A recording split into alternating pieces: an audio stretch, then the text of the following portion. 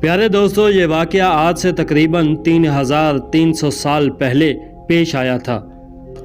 دوستو، فرعون کے ڈوب کر مر جانے کے بعد سمندر نے اس کی لاش کو اللہ کے حکم سے باہر پھینک دیا، جبکہ باقی لشکر کا کوئی نام و نشان نہ ملا۔ تو مصریوں میں سے کسی شخص نے ساحل پر پڑی اس کی لاش پہچان کر اہل دربار کو بتا دیا۔ پھر فرعون کی لاش کو محل پہنچا دیا گیا، تو درباریوں نے مسالے لگا کر اسے پوری شان اور احترام سے تابوت میں رکھ کر محفوظ کر دیا۔ پیارے دوستو، حنوط کرنے کے عمل کے دوران ان سے ایک بہت بڑی غلطی ہو گئی تھی۔ فرعون کیونکہ سمندر میں ڈوب کر مرا تھا اور مرنے کے بعد کچھ عرصہ تک پانی میں رہنے کی وجہ سے اس کے جسم پر سمندری نمکیات کی ایک تہ جمی رہ گئی تھی۔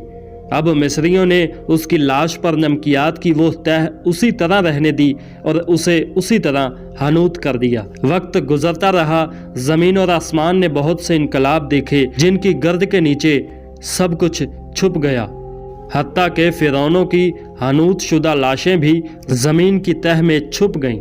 ان کے صرف نام کتابوں اور لوگوں کے ذہنوں میں رہ گئے۔ اب اس واقعہ کے 2000 سال بعد اس دنیا میں اللہ کے آخری نبی حضرت محمد الرسول اللہ تشریف لائے۔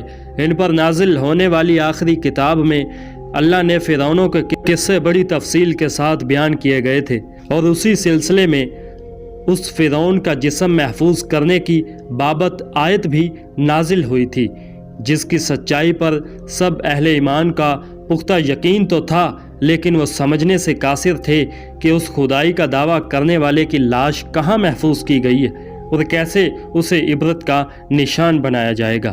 پھر اللہ کی بات سچ ہو گئی۔ سن 1871 میں مصر کے ایک شہر الگورانیہ سے تعلق رکھنے والے غریب اور معمولی چور احمد عبد الرسول کو فرعونوں کی حنوط شدہ لاشوں کی طرف جانے والے خفیہ راستے تک رسائی مل گئی، اور یوں پھر فرعون منظر عام پر آ گیا۔